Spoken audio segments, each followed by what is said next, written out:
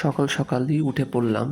আমাদের বাসাতেই কয়েকটা ডাব গাছ আছে, কিন্তু নিজে উঠতে পারি না তো।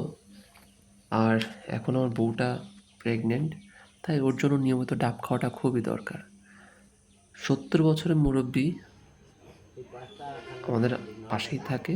তিনি বিভিন্ন গাছে ওঠেন এবং টাকার বিনিময়ে ওঠেন।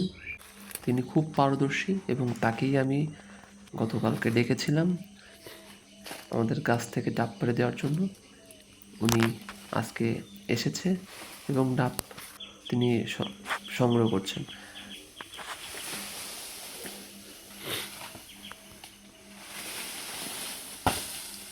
এই বয়সে ওনার পরিশ্রম সত্যি প্রশংসার যোগ্য।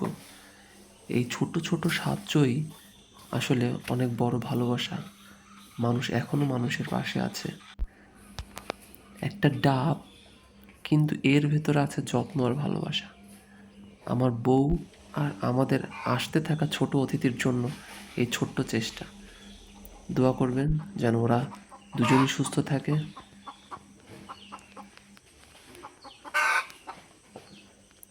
ভিডিওটা ভালো লাগলে লাইক, কমেন্ট এবং সাবস্ক্রাইব করবেন। ধন্যবাদ সবাইকে।